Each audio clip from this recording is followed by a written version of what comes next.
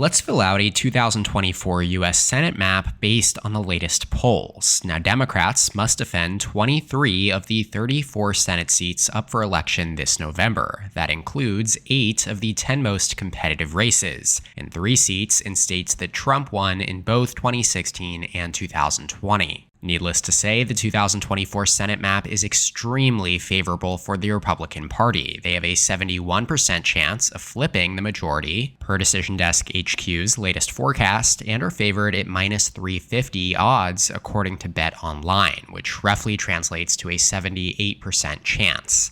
Now let's see if the party is getting the job done according to the latest polls. With that said, let's first fill out all of the safe seats for both parties, where their chance of winning is greater than 95%. For Democrats, that includes Washington, California, and Hawaii, New Mexico, Minnesota, New York, Vermont, Maine, Massachusetts, Rhode Island, Connecticut, New Jersey, Delaware, and Virginia. Now, with the exceptions of Virginia and Minnesota, each of these states are likely to vote for Kamala Harris by at least 10 percentage points at the top of the ticket. Minnesota and Virginia are likely to be a little bit closer, with Harris leading by about 5 percentage points in both states right now. Yet with that said, in Minnesota, Democratic incumbent Amy Klobuchar is an electoral powerhouse. She was reelected in 2018 with 60% of the votes, and has never lost a race by less than 20 points. Likewise, in Virginia, Democratic Senator Tim Kaine won by 16 points in 2018, and he has led his Republican opponents by double digits in every single poll surveyed so far this cycle. As for the Republican Party, their safe states are North Dakota, Wyoming, and Utah, Nebraska's regular and special election, Missouri, Tennessee, Mississippi, West Virginia, and then Indiana. Again, these are all solid Trump states at the presidential level, and there are no unique circumstances that would render them competitive here. Notably, the race in West Virginia will be a flip, as Democratic incumbent Senator Joe Manchin is retiring, setting up the sitting GOP Governor Jim Justice to win in a landslide this November in this Trump plus 40 state. That leaves us with just 10 states now. Republicans already hold a 48 to 42 seat advantage. That is a product of the massive fundamental edge that they hold on this map. If Donald Trump manages to win back the White House, with the VP tiebreak then being held by J.D. Vance, the party would only need to win 2 of the remaining 10 seats to secure a majority. Though even if Trump loses to Harris, they would still only need to win 3 of the 10. Alrighty, let's start in Maryland and work our way west. Now, this is one of the bluest states in the entire country. It voted for Joe Biden by 33 percentage points in 2020. That was his 3rd best performance in the country, and it has not elected a Republican to the United States Senate in more than 40 years. Yet with all of that said, we have an interesting race on our hands here in 2024, with the Democratic incumbent senator retiring and Republicans nominating former Governor Larry Hogan, who not only won 2 statewide elections as a Republican in Maryland, but left office in 2023 as one of the most popular governors in the entire country, with a near 80% approval rating. That's practically unheard of in today's polarized environments, and a big reason why his entry into the race has been cause for concern for the Democratic Party. Now, their nominee, Angela Alsobrooks, is neither a strong or a weak candidate per se, and the latest poll conducted by Gonzalez Research does show her leading by 5 points. Hogan is simply facing nearly impossible odds here, as he will probably need to overperform Trump by 30 plus points. A loss by single digits would therefore be impressive enough, and here on our map, Maryland goes in the lean blue column with a 5-point lead for Alsobrooks. Now on to its neighbor to the west, Pennsylvania, the most critical battleground on the presidential map. Its Senate race has not received as much attention, given that incumbent Democrat Bob Casey Jr. is indeed running for re-election, and he is as strong of a candidate as it gets here. Since he was first elected state auditor all the way back in 1996, Casey has not lost a statewide election by less than 9 points. That includes his most recent re-election in 2018, where he won by 13 points. Now, the latest poll here in 2024 between himself and Republican nominee Dave McCormick has Casey leading by 7 points among more than 1,000 registered voters surveyed by CBS News. Going back all the way to last March, though, McCormick has not led in a single poll. And so going back to our map now, Pennsylvania is likely for Democrats with a 7-point Casey lead.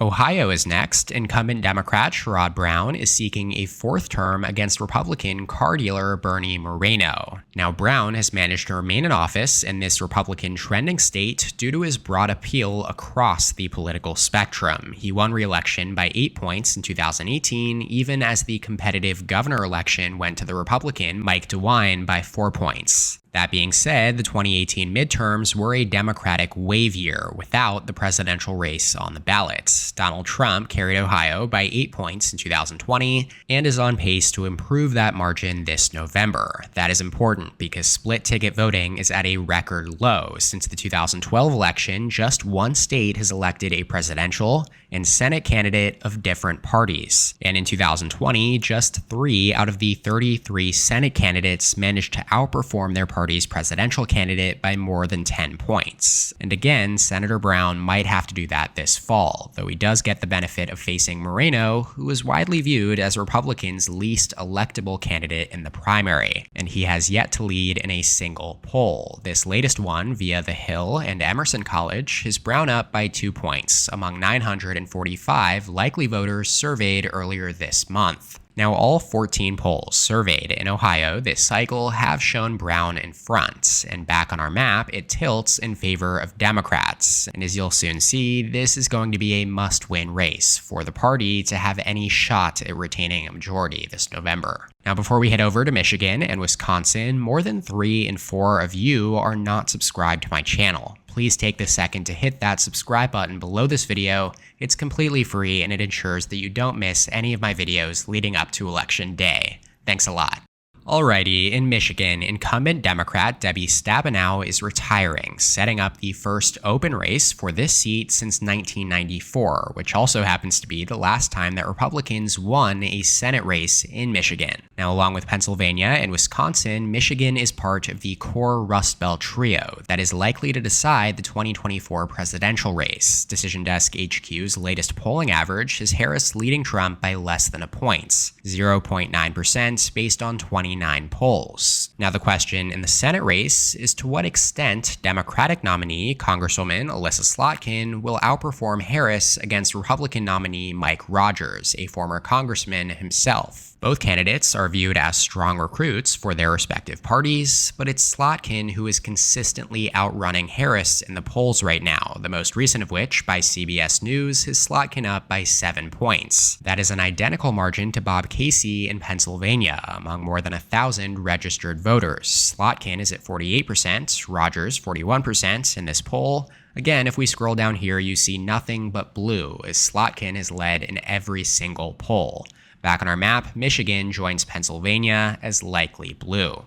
Over in Wisconsin, Democrat Tammy Baldwin is running for a third term after she was reelected by 11 points in 2018. Wisconsin is another highly competitive state at the presidential level, having been decided by less than a point in both 2016 and in 2020. And here in 2024, Kamala Harris has performed better against Trump in the polls here in Wisconsin than any of the other battlegrounds. She leads by exactly 3 points right now based on 31 polls per DDHQ in The Hill. Again, at the Senate level, though, Baldwin, like Slotkin and almost every other Democratic incumbent on this map, is expected to run a couple points ahead of the top of the ticket. And the latest survey, again by CBS News, supports that, as Baldwin leads Republican nominee Eric Hovde by 8 points here, with 51% to 43% among 958 registered voters surveyed between September 3rd and 6th. Yet again, we have yet to see a single poll show Hovde in front. Even the latest Trafalgar Group survey has Baldwin up by 6 points. So back on our map, we have yet another likely rating for Democrats in Wisconsin. Let's head down to Florida now. Republican incumbent Rick Scott is seeking a second term in the Senate after he was first elected by just 0.1 percentage point in 2018.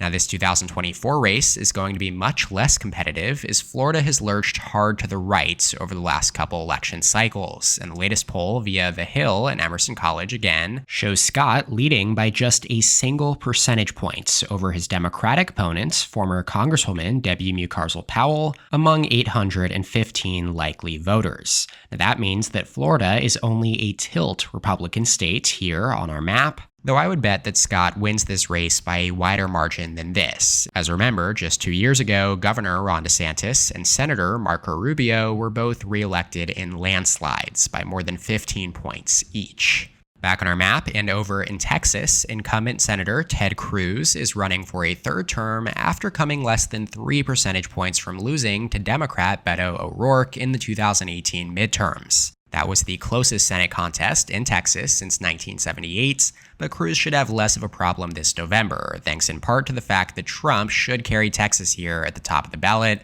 by a comfortable margin. Again, the latest poll comes via The Hill and Emerson College, and they have Cruz up 4 points over Democratic nominee Congressman Colin Allred. Now, this is a narrower margin than most of the other surveys that we have seen here this cycle. As you see here, the overall margin has Cruz up by 6 points. That's probably closer to what I expect the margin to be once all of the votes are counted, but for now, Texas also leans in favor of Republicans on our map. And with that, the party is now projected to win 50 seats. That would be enough for a majority should Trump beat Harris in the presidential race. On the other side, Democrats would not only need to sweep the remaining states, but also hold the White House to maintain the narrowest of majorities in a 50-50 split.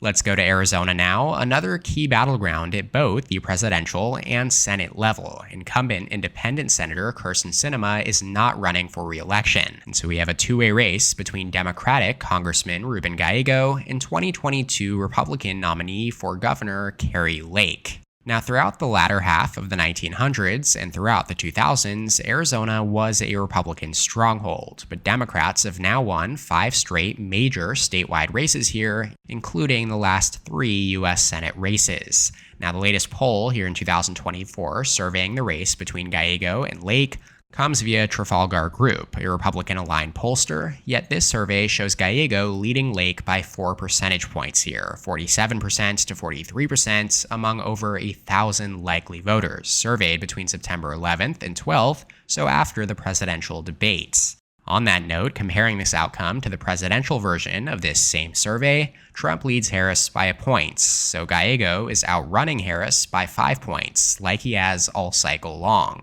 And so back on our map, the state will lean blue based on Gallego's 4-point lead. Penultimately, let's head up to Nevada in the race between incumbent Democratic Senator Jackie Rosen and her Republican opponent, U.S. Army veteran Sam Brown. Now, Rosen was first elected in the blue wave of 2018 by 5% over then incumbent Republican Senator Dean Heller. And while Nevada may be nicknamed the Silver State, it's as purple as it gets, electorally speaking, as while Joe Biden won the 2020 presidential race by 2.4 percentage points over Donald Trump, Republican Joe Lombardo flipped the governor's office in the 2022 midterms. Now, the latest survey, again released by Trafalgar, has Rosen leading Brown by 8 points, among more than 1,000 likely voters surveyed also after the debates. Now, Rosen has led or been tied with Brown in every single poll this cycle, and like Gallego and pretty much every other Democrat, again, she is outrunning Harris here, as the presidential version of this survey has Harris up only a point, so Rosen is outrunning her by 7. And so back on our Senate map now, Nevada is going to be likely for Rosen and the Democrats, meaning that it will all come down to the race in Montana here, a very closely watched contest between incumbent Democratic Senator Jon Tester and his Republican opponent Tim Sheehy. Now, Tester, just like Brown over in Ohio, has managed to win re-election twice in deep red Montana thanks to his increasingly atypical popularity across the political spectrum. Yet he is facing his toughest test yet, though, as Trump is likely to carry Montana by at least 15 percentage points this November. And while Tester did outperform Barack Obama by 18% in 2012, again, that is going to be much harder to replicate in a much more polarized political environment here in 2024. The latest survey released by Fabricio has Sheehy leading Tester by 6 points, 51% to 45%, among 600 likely voters surveyed between August 25th and August 29th. Now, Sheehy, a retired Navy SEAL turned aerospace businessman, is a relatively strong Republican recruit, and by that I mean that he doesn't come with the same electability concerns as many of the Republican Party's unsuccessful nominees in 2022. And that will make things even more difficult for Tester as we place Montana down in the lean GOP category. So that does it for this edition of the 2024 U.S. Senate map based on the most recent survey taken in every contest. Republicans are projected to flip the majority with 51 seats over Democrats' 49, with the balance of power coming down to very close margins in Montana and Ohio as well. Feel free to let me know your thoughts on this map, the state of play in 2024, or anything else you want to leave as a comment in the section below. Also, make sure to let me know down there what other 2024 related videos you would like to see in the future. Shout out to my channel members on screen here. Thank you so much for your support. If you would like to become a member, go ahead and click the join button below this video to receive exclusive perks. Make sure to subscribe to my channel down below as well, and please leave a like on the video if you enjoyed it. You can check out more content from my channel here, and as always, thank you so much for watching. I'll see you next time. EP out.